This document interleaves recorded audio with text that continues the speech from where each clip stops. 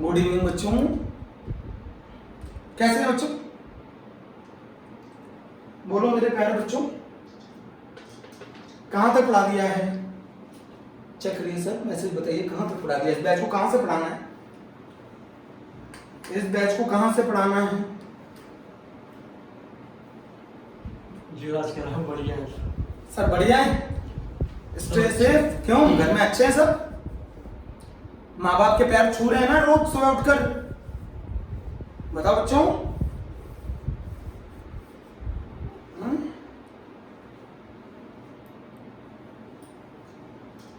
युवराज एक क्वेश्चन पूछ रहे थे तुम। युवराज एक क्वेश्चन पूछ रहे थे कि अगर pH 10 होगा तो H आयन का कंसेंट्रेशन कितना होगा? बोलो। 10 की पावर माइनस pH 10 की पावर माइनस 10 H आयन का कंसेंट्रेशन मिल गया। तुम क्या पूछ रहे थे? 2H positive plus 2 electron changes into H2। इसके लिए E निकालना है, EH प्लस से H2 का निकालना है। क्या होगा बोलो? इसका E not 0.059 upon 2 log pressure of hydrogen gas upon H plus का होल स्क्वायर। बोलो प्रेशर ऑफ हाइड्रोजन गैस कितना ले लोगे? 180। बोलो युवराज, क्वेश्चन बता दिया मैंने। चलो बच्चों जल्दी करो। इस बैच को कहां से पढ़ाना है? यस बच्चों, इस बैच को कहां से पढ़ाना है? बेटा हम लोग ऑडिबल हैं, आप लोगों को ऑडियो वीडियो क्लियर है? टाइप ऑफ रिएक्शन से मालूम है? ठीक है, ये डाउट था। वीडियो क्लियर है सभी को? सभी बच्चों को वीडियो क्लियर है? ठीक है, ये नोट कर लो, एक डाउट था बता दिया है। चलिए बच्चों, ये क्वेश्चन मैं आपको कराता हूं। देखो दर्शकों,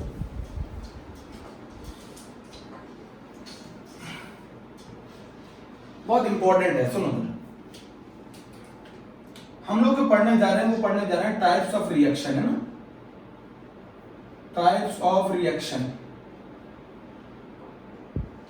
और दो तरीके की रिएक्शन होती है, एक एलिमेंट्री होती है और एक कॉम्प्लेक्स होती है। दो तरीके की रिएक्शन होती है, एक एलिमेंट्री होती है और एक कॉम्प्लेक्स रिएक्शन होती है। एलिमेंट्री रिएक्शन जो होती है ना, इसका एक और नाम है single step reaction. Elementary reaction का एक और नाम है सिंगल स्टेप रिएक्शन।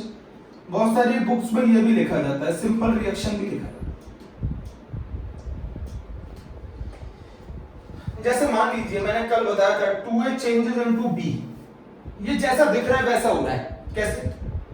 2A आपस में कोलाइड करके, आपस में टकरा के किसकी फॉर्मेशन कर रहे हैं? B की।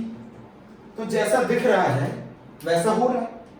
2A कोलाइड करके सीधे B बना रहे हैं। मतलब इस केस में बच्चों, इस केस में नोट करने वाली बात क्या है? नो इंटरमीडिएट, बीच में इंटरमीडिएट नहीं बनेगा। No intermediate form. सीधे रिएक्टेंट किसमें कन्वर्ट हो जाएंगे बच्चों? प्रोडक्ट में। The reaction which takes place in a single step. Elementary की डेफिनेशन क्या आएगी बोर्ड में? बोर्ड में एलिमेंट्री की डेफिनेशन क्या आएगी? The reaction which takes place in a single step. The reaction which takes place in single step. जो reaction single step में हो जाती है उसको कहते हैं एलिमेंट्री। एलिमेंट, हाँ बच्चा पूछा व्हाट इज इंटरमीडिएट। बीच में जो बनते हैं, बीच में जो रिएक्टेंट बनते हैं, बीच में जो प्रोडक्ट बनते हैं, जो फिर आगे जाके कंज्यूम हो जाते हैं, वो कहलाते हैं इंटरमीडिएट। बोलो बच्चों, बीच में जो प्रोडक्ट बनते हैं वो फर्दर कंज्यूम हो जाते हैं, वो बनाते हैं इंटरमीडिएट। बोलो बच्चों,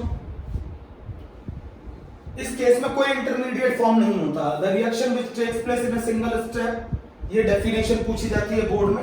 आप इस पॉइंट को पहले नोट करो। 2A changes into B, A और A आपस में कोलाइड होकर आपको B देते हैं। इसमें आप एक बात लिख सकते हो, जैसा दिख रहा है वैसा हो रहा है, जैसा दिख रहा है वैसा हो रहा है।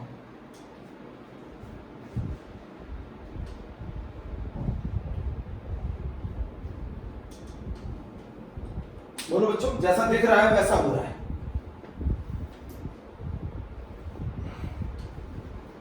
जल्दी नोट करो।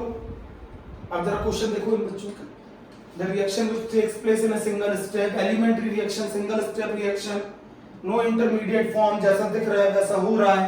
क्या दिख रहा है? दो ए आपस में कंबाइन होकर बी बना रहे हैं। दो ए आपस में कंबाइन होकर बी बना रहे हैं। The reaction which takes place in a single step, उस रिएक्शन को एलिमेंट्री बोलते हैं।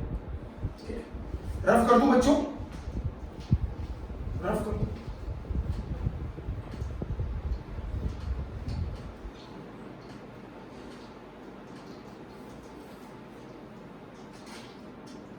अच्छा ये बताओ, एलिमेंट्री रिएक्शन के अंदर एक सबसे इंपॉर्टेंट बात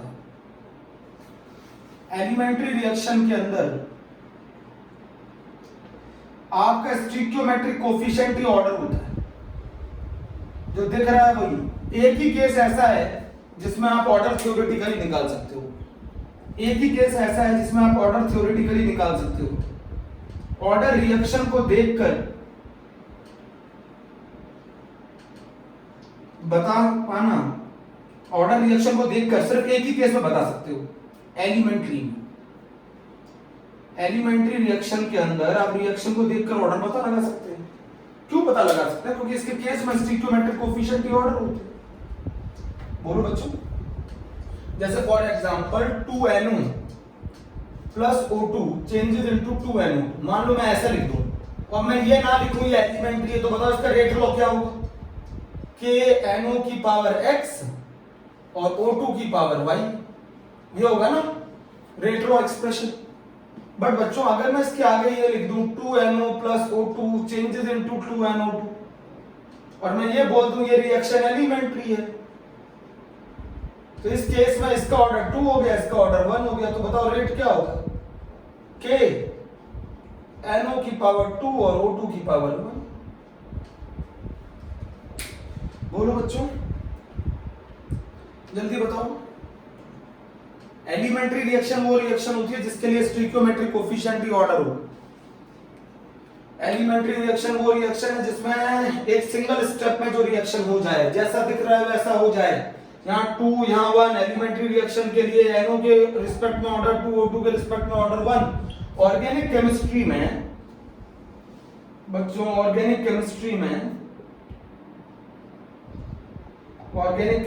में SN2 एक ऐसी रिएक्शन है जो सिंगल स्टेप में होती है। माइक बंद करिए बच्चों।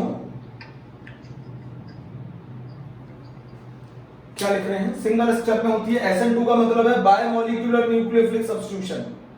आगे बढ़ोगे, bimolecular nucleophilic substitution, bimolecular nucleophilic substitution reaction. ये एग्जांपल है इसका बच्चों, ये इसका एग्जांपल है, ये एग्जांपल। तो एलिमेंट्री रिएक्शन वो रिएक्शन होती हैं जिनके लिए स्टिक्योमेट्रिक कोफिशिएंट ही ऑर्डर हो। ऑर्डर रिएक्शन देखकर एलिमेंट्री के लिए बता सकते हो। सिर्फ एलिमेंट्री रिएक्शन के लिए आप रेट लॉ थ्योरेटिकली लिख सकते हो, बाकी किसी भी रिएक्शन के लिए आप रेट लॉ थ्योरेटिकली लिख ही नहीं सकते। आप डाउट बताइए, जरा डाउट बताओ। किसी का कोई क्वेश्चन?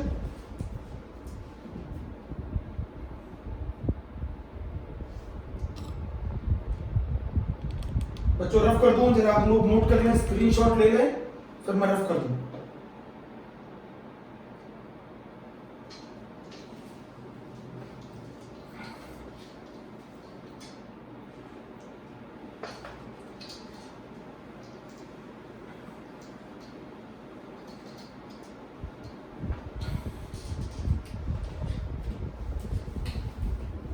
बोलो बच्चों, जल्दी बताओ। आपने लिखने है, नोट कर लिए। अब आ जाते हैं कॉम्प्लेक्स रिएक्शन। कॉम्प्लेक्स रिएक्शन का मतलब है multi step reaction. Multi step reaction जैसे मान लो ए से बी बना, बी से सी बना, सी से डी बना और फिर डी से प्रोडक्ट बना। ए से बी बना, बी से सी बना, सी से डी बना, फिर प्रोडक्ट बना। बोलो बच्चों, तो बताओ इंटरमीडिएट कौन है? इंटरमीडिएट कौन है? तो बच्चों बी इंटरमीडिएट है, सी इंटरमीडिएट है, डी इंटरमीडिएट है, ए तो रिएक्टेंट। तो बीच में बनने वाली भी रिएक्टेंट और प्रोडक्ट के बीच में बनने वाली स्पीसीज को कहते हैं इंटरमीडिएट, है ना। तो कॉम्प्लेक्स रिएक्शन वो रिएक्शन है जो मल्टी स्टेप रिएक्शन है ना, the reaction which takes place in more than one step, है ना, the reaction which takes place in more than one steps।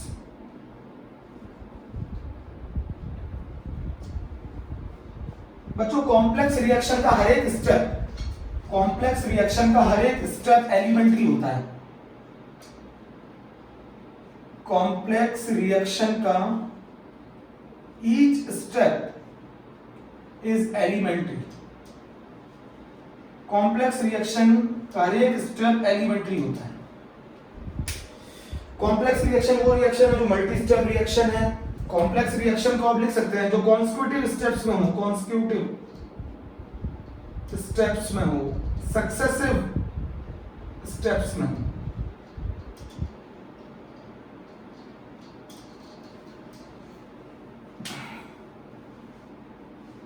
बोलो बच्चों, कॉम्प्लेक्स रिएक्शन का हर एक स्टेप एलिमेंट्री होता है। आप बोलेंगे कैसे सर, जरा समझाओ। आपको समझाता हूं अच्छे से, मुझे बताते चलना। जैसे मान लो 2a डैश, कुछ भी मान लो, 2a dash changes into product, changes into product, है ना। पर कॉम्प्लेक्स रिएक्शन में जैसा दिख रहा है वैसा नहीं होता। जैसा दिख रहा है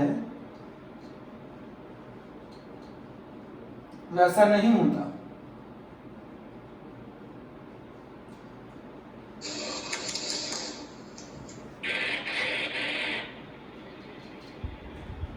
जैसा दिख रहा है वैसा नहीं होता है। 2a डैश पहले कंबाइन होकर एक I1 बनाएंगे, I1 कंबाइन होकर 2I2 बनाएगा, 2I2 कंबाइन होकर प्रोडक्ट बनाएंगे। बताओ ये रिएक्शन कितने स्टेप में हो गई? एक स्टेप, दो स्टेप, तीन स्टेप, एक स्टेप, दो स्टेप, तीन स्टेप। ये वाला स्टेप भी एलिमेंट्री होगा, ये वाला स्टेप भी एलिमेंट्री होगा, ये स्टेप भी एलिमेंट्री होगा, ये स्टेप भी एलिमेंट्री होगा। तीनों स्टेप एलिमेंट्री है। तो क्या जैसा दिख रहा है वैसा हो रहा है क्या? दो a डैश आपस में कोलाइड करके प्रोडक्ट बना पा रहे हैं क्या? नहीं बना पा रहे ना। 2a डैश फर्स्ट I1 दे रहे हैं, I1 से 2I2 दे रहे हैं, 2I2 से प्रोडक्ट दे रहे हैं। तो ये I1 और 2I2 क्या है? बताओ ये I1 और 2I2 क्या है? इंटरमीडिएट। इंटरमीडिएट। अभी भी समझ में नहीं आया?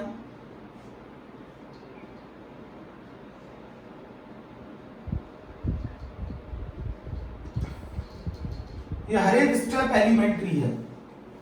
कॉम्प्लेक्स रिएक्शन का हर एक स्टेप एलिमेंट्री है। जो रिएक्शन एक से ज्यादा स्टेप्स में हो जाए वो कॉम्प्लेक्स रिएक्शन है, और कॉम्प्लेक्स रिएक्शन का हर एक स्टेप एलिमेंट्री होता है। इस केस में इंटरमीडिएट फॉर्म होते हैं कॉम्प्लेक्स रिएक्शन में। कॉम्प्लेक्स रिएक्शन में क्या फॉर्म होते हैं? इंटरमीडिएट फॉर्म होते हैं।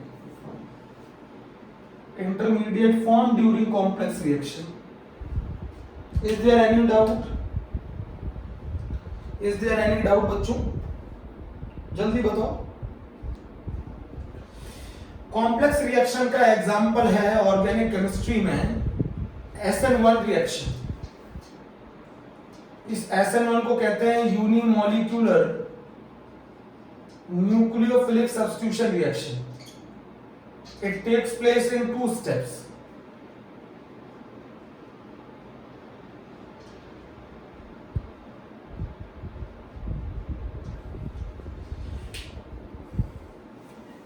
जल्दी करो।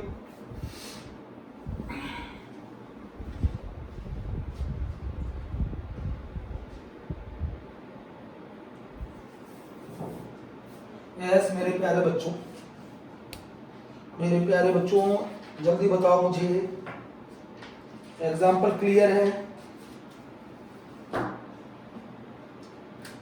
स्क्रीनशॉट ले लो, जैसा दिख रहा है वैसा नहीं होता है, और जहां जैसा दिख रहा है वैसा होता है वो एलिमेंट्री होती है, और जहां जैसा दिख रहा है वैसा ना हो वो कॉम्प्लेक्स होता है। तो कॉम्प्लेक्स रिएक्शन वो रिएक्शन है जो एक से ज्यादा स्टेप्स में निकाली जाती है। आगे जाके मैं आपको बताऊंगा कॉम्प्लेक्स रिएक्शन में ऑर्डर कैसे निकालते हैं। ठीक है बच्चों?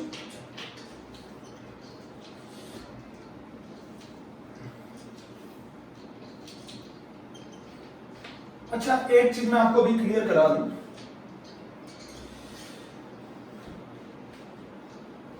मैं आपको जो चीज बता रहा हूं वो बहुत ध्यान से सुनना है, अच्छे से समझना है ना।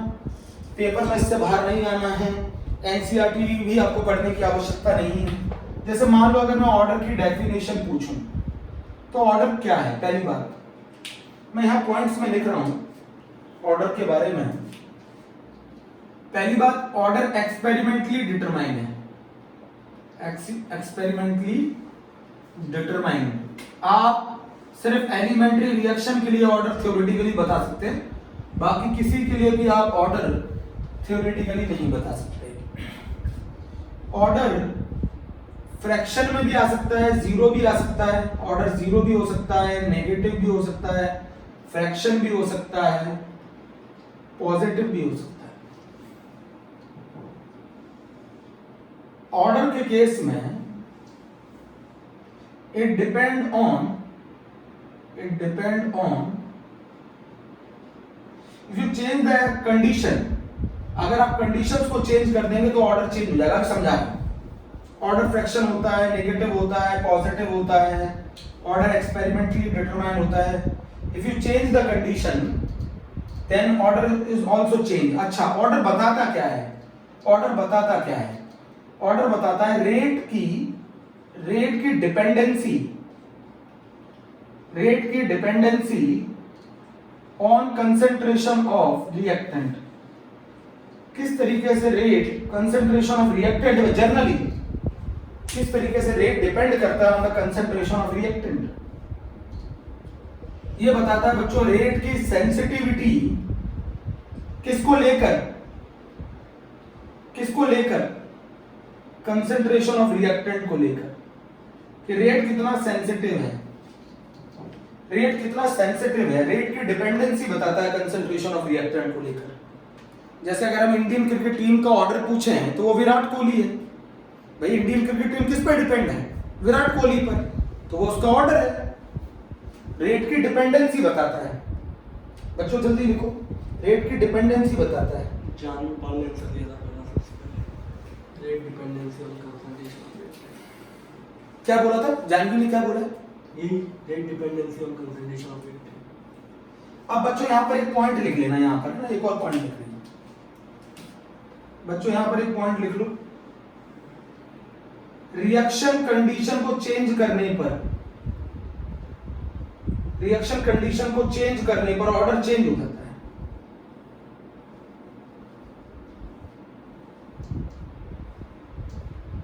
रिएक्शन कंडीशन को चेंज करने पर ऑर्डर चेंज हो जाता है। Clear point? मैंने सही से लिखा बच्चों? Order is experimentally determine, order में भी zero, negative, fraction, positive. Reaction condition को चेंज करने पर ऑर्डर चेंज हो जाता है। रेट कितना सेंसिटिव है कंसंट्रेशन ऑफ रिएक्टेंट को लेकर, वो ऑर्डर है। स्कूल में एक और चीज बताई जाती है ऑर्डर के बारे में। ये बताया जाता है कि रेट लॉ एक्सप्रेशन में कंसंट्रेशन ऑफ रिएक्टेंट की जो पावर होती है वो ऑर्डर होती है। रेट लॉ एक्सप्रेशन में कंसंट्रेशन ऑफ रिएक्टेंट की जो पावर होती है वो ऑर्डर होती है। मान लो 2A चेंजेस इनटू प्रोडक्ट है ना, तो बताओ इसका रेट लॉ एक्सप्रेशन क्या होगा? KA की पावर x। तो ये x ऑर्डर है, ये भी बोल सकते हैं ये x ऑर्डर है। मान लो अगर मैं ऐसे लिख दूं 2A plus B changes into product, तो बताओ इसका रेट क्या होगा? KA की पावर x B की पावर y। इस केस में ओवरऑल ऑर्डर क्या होगा रिएक्शन का? ओवरऑल ऑर्डर क्या होगा बोलो? x plus 1।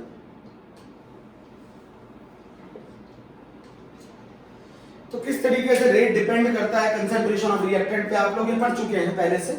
अगर मैं मान लो कंसंट्रेशन, अगर बच्चों मैं कंसंट्रेशन को ट्वाइस कर दूं, और अगर रेट भी ट्वाइस हो जाए तो ये किस तरीके से, तो ऑर्डर क्या हो जाएगा 1।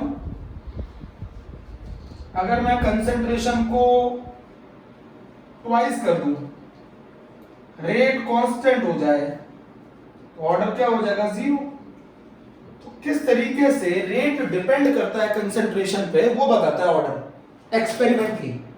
बच्चों एक्सपेरिमेंटली रेट किस तरीके से कंसेंट्रेशन पे डिपेंड करता है वो बताता है ऑर्डर। आप डाउट बोलो, किसी बच्चे को डाउट?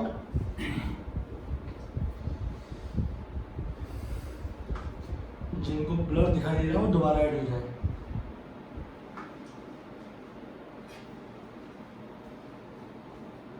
साइन डॉली बोलो बेटा।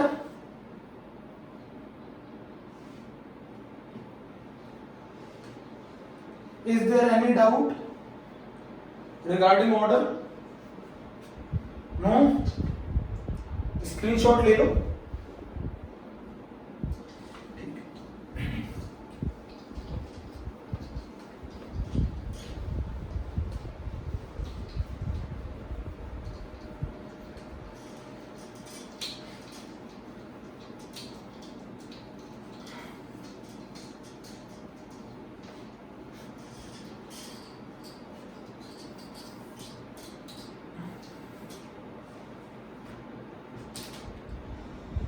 बच्चों एक और चीज आ रही है, अब नया टॉपिक आ रहा है एक और, मॉलिक्यूलरिटी।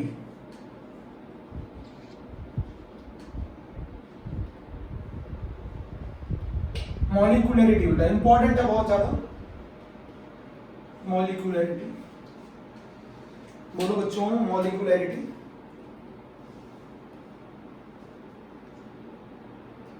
बच्चों मॉलिक्यूलरिटी क्या है आप सुनो। The number of reactant molecule, number of reacting species which collide simultaneously, the number of reacting species which collide simultaneously to give the product,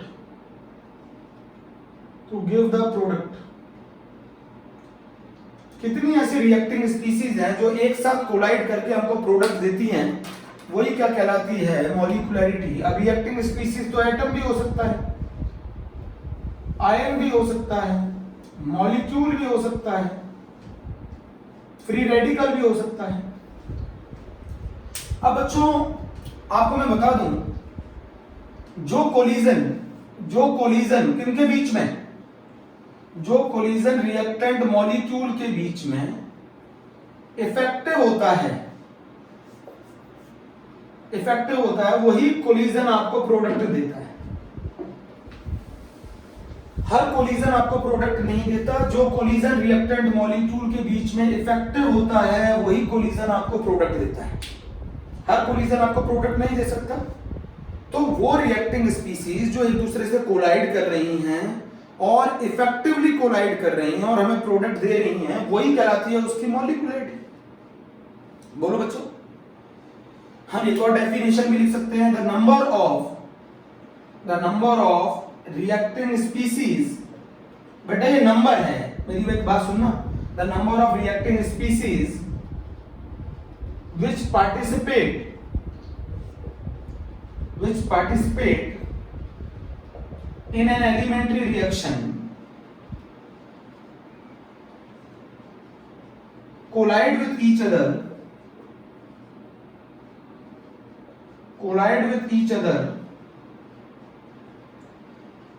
to bring a chemical reaction.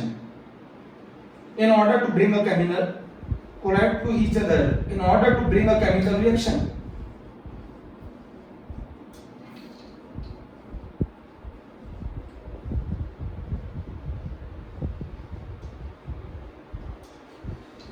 वो reacting species जो एक साथ collide करती हैं और उनका collision effective है और वो हमें प्रोडक्ट देता है, तो ऐसी रिएक्टिंग स्पीसीज का नंबर हमें क्या कहलाता है, मॉलिक्यूलरिटी कहलाता है।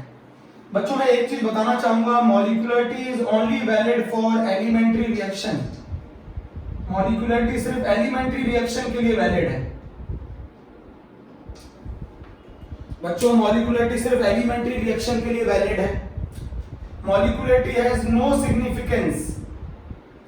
Molecularity has no significance for the complex reaction. Molecularity has no significance for complex reaction. Molecularity का कोई significance नहीं है complex reaction के।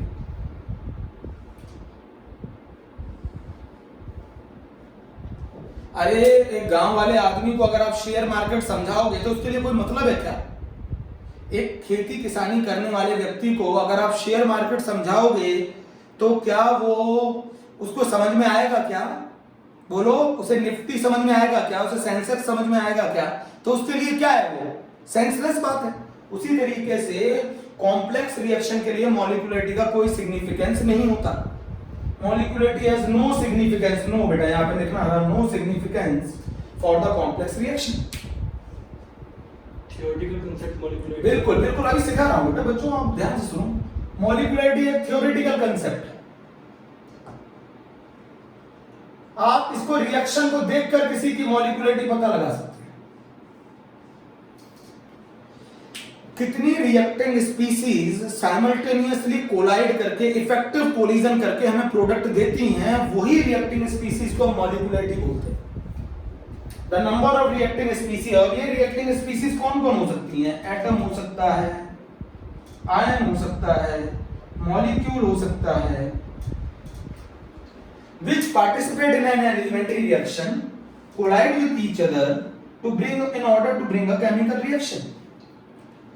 बच्चों, जितनी रिएक्टिंग स्पीसीज आपस में कोलाइड करके इफेक्टिव कोलिजन करती हैं और हमें प्रोडक्ट देती हैं, उन्हीं रिएक्टिंग स्पीसीज को उस रिएक्शन की मॉलिक्यूलरिटी बोलते हैं। बोलो बच्चों, इतनी बात समझ में आई? इतनी बात समझ में आई?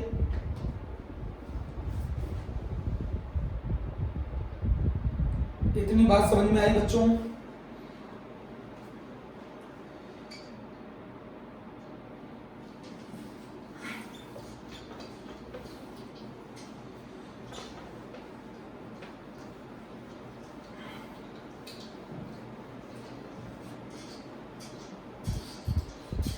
मेरी बात समझ रहे हैं ना बच्चों?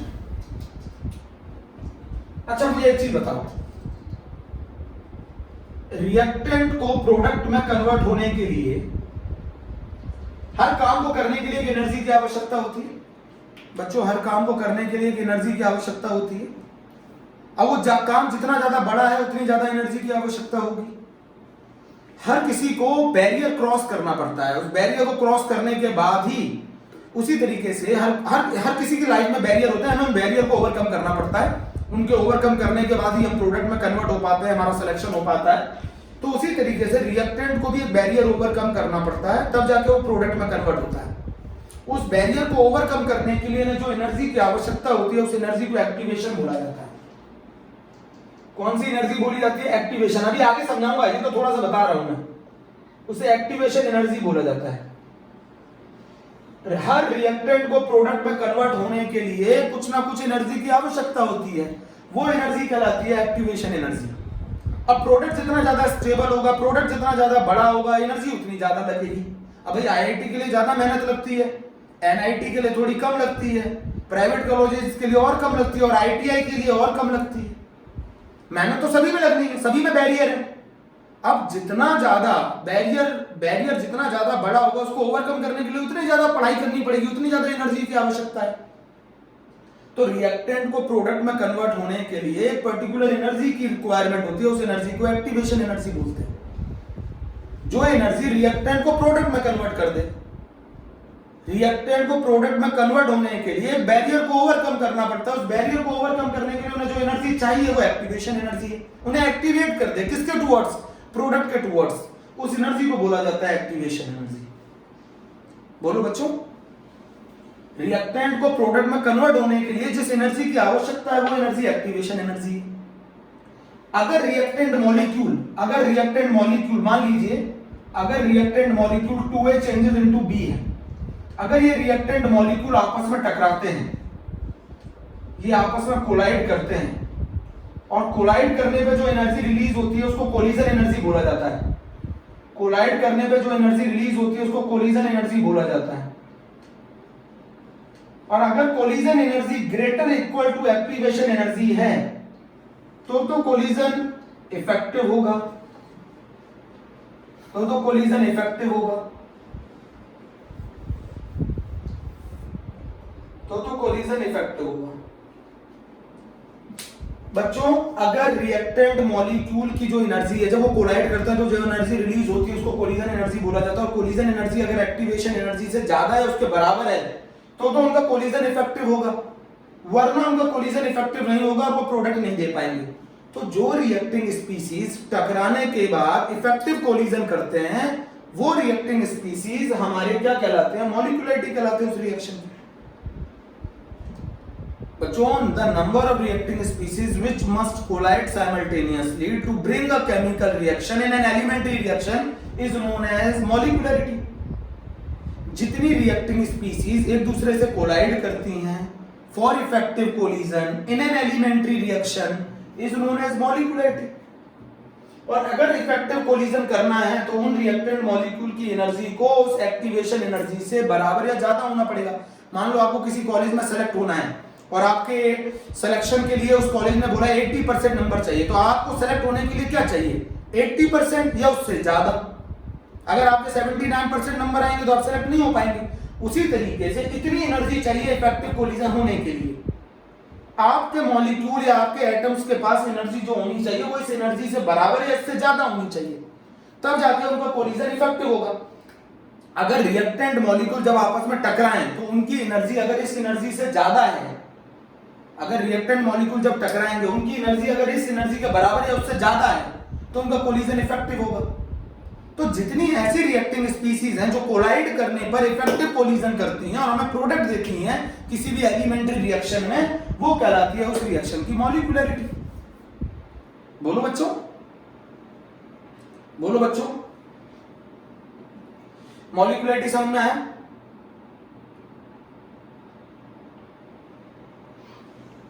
दोबारा ज्वाइन कर रहा हूँ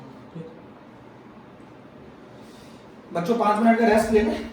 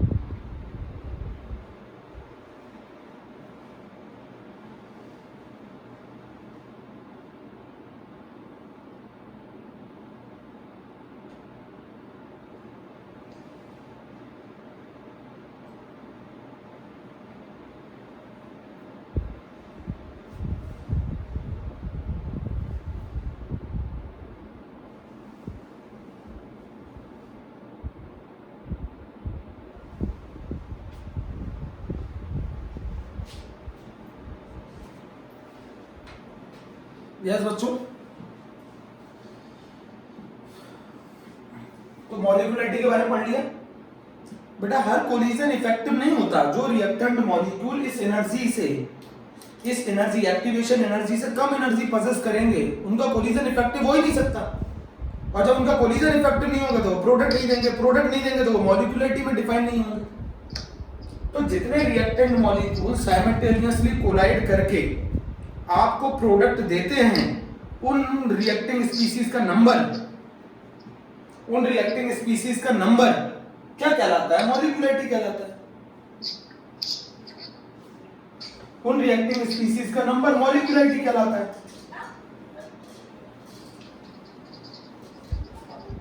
बच्चों डिस्टर्ब नहीं करा करें, आपको मैं चैट इसलिए दिया गया है, आप कोई भी डाउट हो वो बताएं। आप माइक ऑन करके इस तरीके से हरकत नहीं करें। मॉलिक्यूलरिटी बच्चों थ्योरेटिकल कंसेप्ट है। आवाज आ रही है बच्चों? Say yes or no. Molecularity theoretical concept है, बोलो बच्चों, मॉलिक्युलरिटी थ्योरेटिकल कंसेप्ट है। मॉलिक्युलरिटी बच्चों कभी भी नेगेटिव नहीं हो सकती। किसी को पूछना है क्यों नहीं हो सकती? किसी को पूछना है मॉलिक्युलरिटी नेगेटिव क्यों नहीं हो सकती? अरे रिएक्टेंट मॉलिक्यूल का नंबर या तो पॉजिटिव इंटीजर वैल्यू होती है, रिएक्टेंट नेगेटिव हो सकते हैं, मॉलिक्युलरिटी कभी भी नेगेटिव नहीं हो सकती। Molecularity never in fraction, never in fraction. अच्छा, आधा मॉलिक्यूल आधा एटम कहां से लेकर आओगे? आधा एटम कैसे करोगे? आधा एटम कैसे करोगे बच्चों, मुझे बताओ। मॉलिक्युलरिटी नेवर इन फ्रैक्शन, मॉलिक्युलरिटी कभी भी फ्रैक्शन में नहीं हो सकती, मॉलिक्युलरिटी कभी भी नेवर नेगेटिव, मॉलिक्युलरिटी नेवर जीरो बच्चों, मॉलिक्युलरिटी नेवर जीरो। अरे रिएक्टिंग स्पीसीज ही नहीं होगी तो रिएक्शन कैसे होगी? मॉलिक्युलरिटी नेवर जीरो, मॉलिक्युलरिटी कभी भी जीरो नहीं हो सकती, मॉलिक्युलरिटी कभी भी नेगेटिव नहीं हो सकती, मॉलिक्युलरिटी कभी भी फ्रैक्शन में नहीं हो सकती बच्चों। मॉलिक्युलरिटी never greater than 3,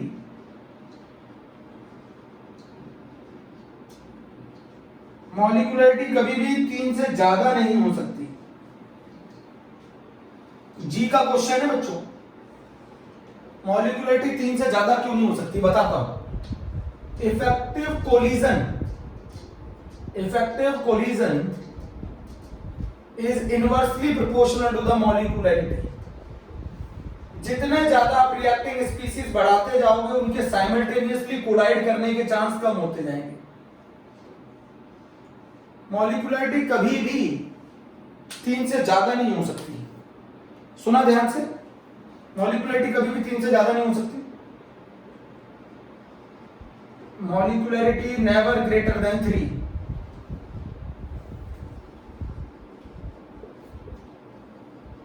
because chances of simultaneous collision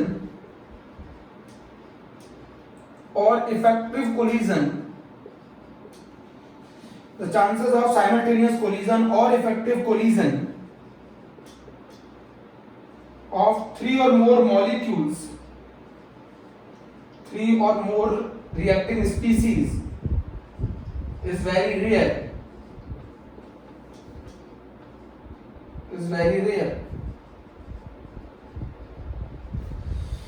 3 से ज्यादा मॉलिक्युलरिटी क्यों नहीं हो सकती? 3 या 3 से ज्यादा मॉलिक्यूल का एक साथ इफेक्टिवली कोलाइड करके प्रोडक्ट देने के चांसेस बहुत कम होते हैं।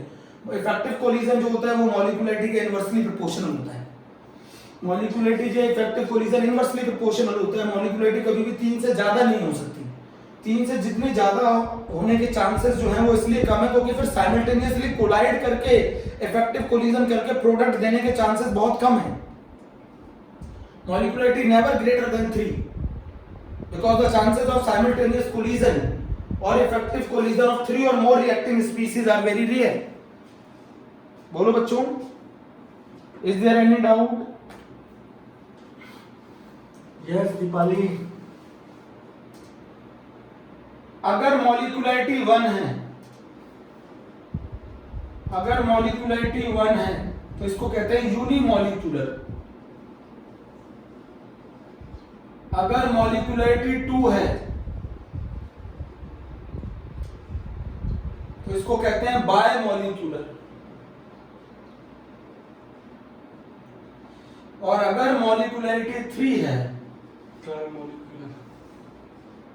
तो इसको कहते हैं ट्राइमॉलिक्यूलर।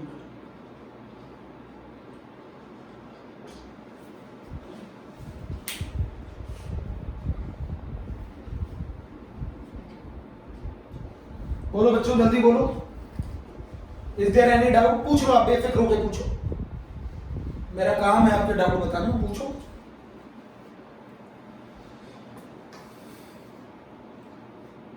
मॉलिक्युलरिटी 1 unimolecular, मॉलिक्युलरिटी 2 bimolecular, मॉलिक्युलरिटी 3 ट्राइमॉलिक्यूलर, मॉलिक्युलरिटी never in fraction. अच्छा ये बताओ, किसी कंपनी में जो वर्कर काम करते हैं वो 1 करता होगा, 2 करता होगा, 3 करता होगा। क्या कभी 2.5 वर्कर काम करते हैं किसी कंपनी में? अरे कहीं पर 2.5 लोग काम करते हैं क्या किसी कंपनी में? बता ही नहीं रहे। क्या किसी कंपनी में 2.5 लोग काम करते हैं? अच्छा ये बताओ, रिएक्टिंग स्पीसीज ही नहीं होंगी तो फिर रिएक्शन होगी कैसे? इसीलिए मॉलिक्यूलरिटी कभी भी 0 नहीं हो सकती। ठीक है, मॉलिक्यूलरिटी कभी भी नेगेटिव नहीं हो सकती। नंबर है बेटा, रिएक्टिंग स्पीसीज का नेगेटिव हो ही नहीं सकता। या तो एक रिएक्टिंग स्पीसीज काम करेगी, 2 करेगी, 3 करेगी। अभी भी पूछ लो बच्चों।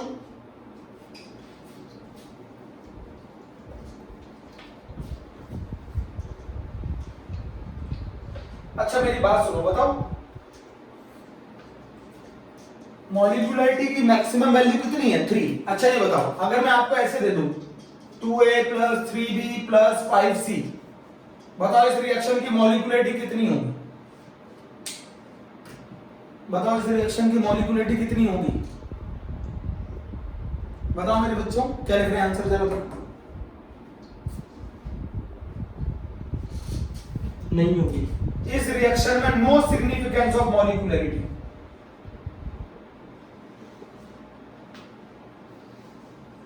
क्योंकि मॉलिक्यूलरिटी कभी भी 3 से ज्यादा हो ही नहीं सकती।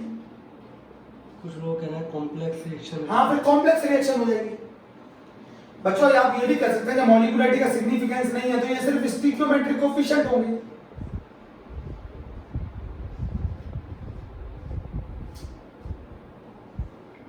मॉलिक्यूलरिटी कभी भी फ्रैक्शन में नहीं हो सकती है। अच्छा एक चीज देखो, नोट करो, एलिमेंट्री रिएक्शन के लिए ऑर्डर, स्टिकियोमेट्रिक कोएफिशिएंट और मॉलिक्यूलरिटी सब बराबर होते हैं।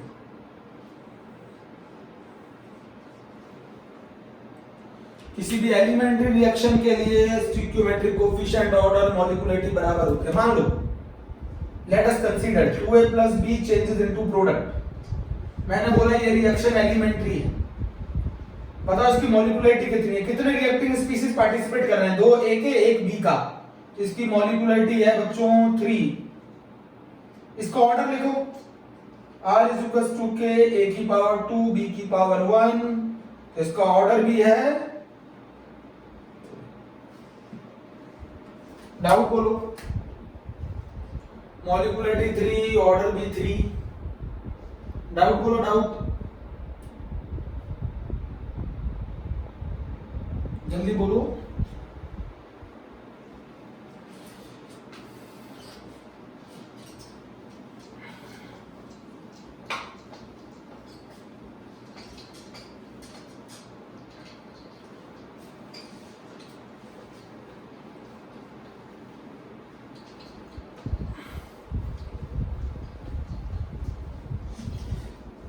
क्लियर कर लेना बच्चों। अच्छा मैं एक क्वेश्चन पूछूं? सर आपने तो बोला था साइमल्टेनियसली कोलाइड जितनी भी रिएक्टिंग स्पीसीज करेंगे और वो जितना भी इफेक्टिव कोलिजन करेगा और प्रोडक्ट में कन्वर्ट होगा वही नंबर रिएक्टिंग स्पीसीज का मॉलिक्यूलरिटी कहलाता है। फिर एक मॉलिक्यूलरिटी कैसे हो सकती है? Number of reacting species collide करने के लिए कितनी चाहिए? कम से कम 2। फिर एक मॉलिक्यूलरिटी कैसे हो सकती है? कितने बच्चों का क्वेश्चन है? बच्चों बताओ कितने बच्चों का क्वेश्चन है? बेटा मॉलिक्यूलरिटी क्या होती है? जितनी स्पीसीज साइमल्टेनियसली कोलाइड करें, तो फिर एक स्पीसीज साइमल्टेनियसली कैसे कोलाइड करेगी? बोलो बच्चों, बोलो। मॉलिक्यूलरिटी अगर किसी की 1 है तो उस रिएक्शन को हम लोग कहते हैं यूनिमॉलिक्यूलर। जैसे एक एग्जांपल बोलूं, NH4NO2 is changes into N2 + 2H2।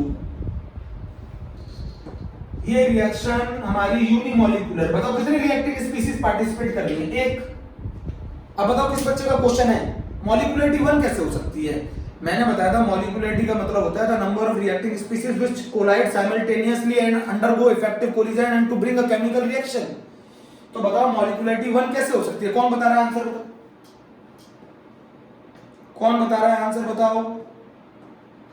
आप लोगों ने स्कूल में पढ़ा होगा, किसी ने क्वेश्चन नहीं पूछा? इस रिएक्शन की मॉलिक्यूलरिटी 1 है। तो बताओ कि मॉलिक्यूलरिटी 1 कैसे हो सकती है? मैं बताऊं? बोलो बच्चों। कुछ रिएक्शन ऐसी होती हैं जो खुद ब्लास्ट कर जाती हैं, खुद ही वाइब्रेट होकर वो खुद को ही तोड़ लेती हैं। कुछ ऐसी रिएक्शन होती हैं जो अनस्टेबल होती हैं, वो खुद को डिकम्पोज कर लेती हैं, और जब वो खुद को डिकम्पोज कर लेंगी तो उनकी मॉलिक्यूलरिटी 1 होगी। बच्चों कुछ ऐसे ऐसी रिएक्शन होती है जिसमें रिएक्टेंट मॉलिक्यूल अनस्टेबल होते हैं, खुद ही को तोड़ लेते हैं, तो उसकी मॉलिक्यूलरिटी कितनी होगी? 1 होगी। नहीं समझे? अरे खुद को डिकम्पोज कर लेते हैं। मान लो कोई रिएक्टेंट मॉलिक्यूल खुद को डिकम्पोज कर ले तो वो अकेला ही है, उसने कोलाइड करने की आवश्यकता ही नहीं पड़ी, तो उस केस की मॉलिक्यूलरिटी 1 होगी। अभी भी नहीं समझे? जरा बताओ मुझे, मैसेज में लिखकर बताओ, चैट में लिखकर बताओ। भैया कुछ रिएक्टिंग स्पीसीज ऐसी होती हैं जो खुद को डिकम्पोज कर लेती है, वो अनस्टेबल होती है, खुद ही तोड़ लेती है, खुद को ब्लास्ट कर लेती है, ऐसे केस में मॉलिक्यूलरिटी 1 होगी। नहीं समझे? कुछ रिएक्टिंग स्पीसीज ऐसी होती है खुद को डिकम्पोज कर लेती हैं, खुद अनस्टेबल होती हैं, तोड़ लेती हैं, उनकी मॉलिक्यूलरिटी 1 होगी। उन रिएक्शन को बोला जाता है unimolecular. Is there any doubt? Molecularity अगर 2 है तो ऐसी रिएक्शन को बोला जाता है bimolecular. 2HI changes into H2 plus I2, ऐसी रिएक्शन को बोला जाता है बायमॉलिक्यूलर। और मॉलिक्यूलरिटी अगर 3 है तो ऐसी रिएक्शन को बोला जाता है ट्राइमॉलिक्यूलर, और उसका हो सकता है मॉलिक्यूलरिटी 3 है, एग्जांपल लिख लो 2NO plus O2 gives 2NO। इसकी मॉलिक्यूलरिटी 3 है, इसकी मॉलिक्यूलरिटी 2 है, इसकी मॉलिक्यूलरिटी 1 है। Unimolecular reaction are those reaction whose molecularity is 1. Bimolecular reaction are those reaction whose molecularity is 2. Trimolecular reaction are those reaction whose molecularity is 3.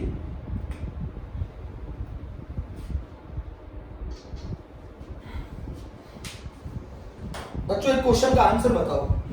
बच्चों एक question का answer बताओ। Which of the following statement is incorrect? बच्चों एक question का answer बताओ। Which of the following statement is incorrect? Incorrect बताना है। इनकरेक्ट कौन कौन से हैं?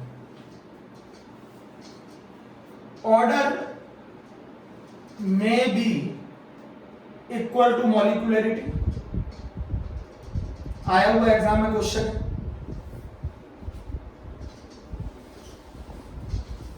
Second, order may be negative, fraction positive, molecularity may be negative, molecularity may be negative,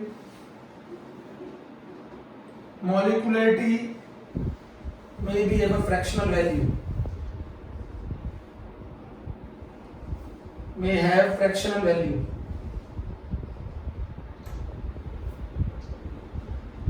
Which of the following statement is incorrect? इसको कहना C, इसको third and fourth, ABCD बोल रहा हूँ। ऑप्शन आ रहा है C and C and D। Answer ये गलत स्टेटमेंट है, ये गलत स्टेटमेंट है, ये सही है। No one is correct.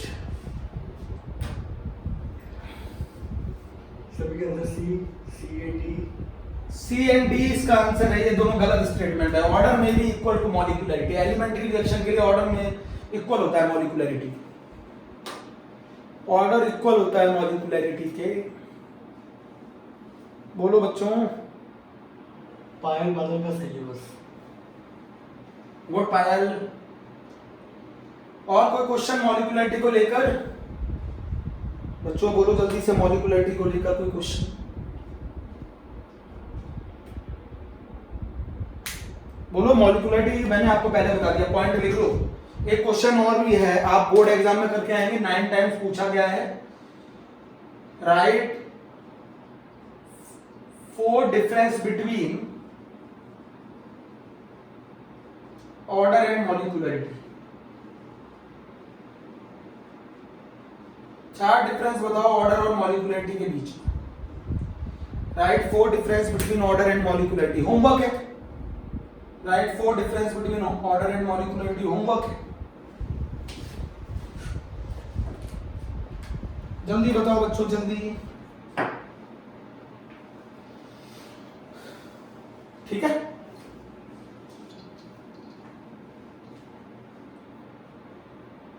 Right four difference between order and molecularity. Note कर लिया सारे बच्चों ने? अच्छा ऐसे अब लिख लो, मॉलिक्यूलरिटी के बारे में कंडीशन क्लियर हो गई ना, याद रख लेना। Molecularity always defined for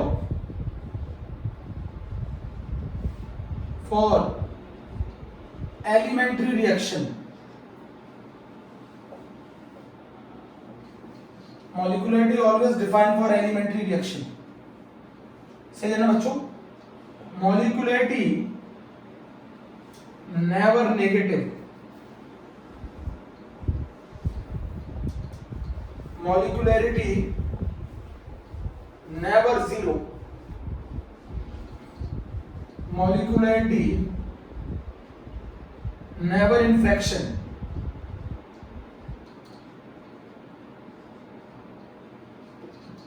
molecularity never greater than 3,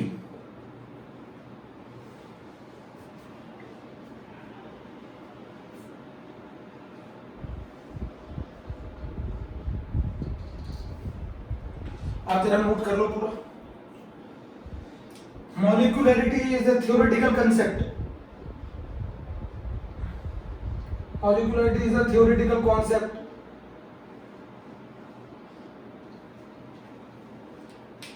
इस क्वेश्चन में रॉन्ग स्टेटमेंट कौन सी दी? C N D. हाँ बच्चों आंसर सही था, सी एन डी।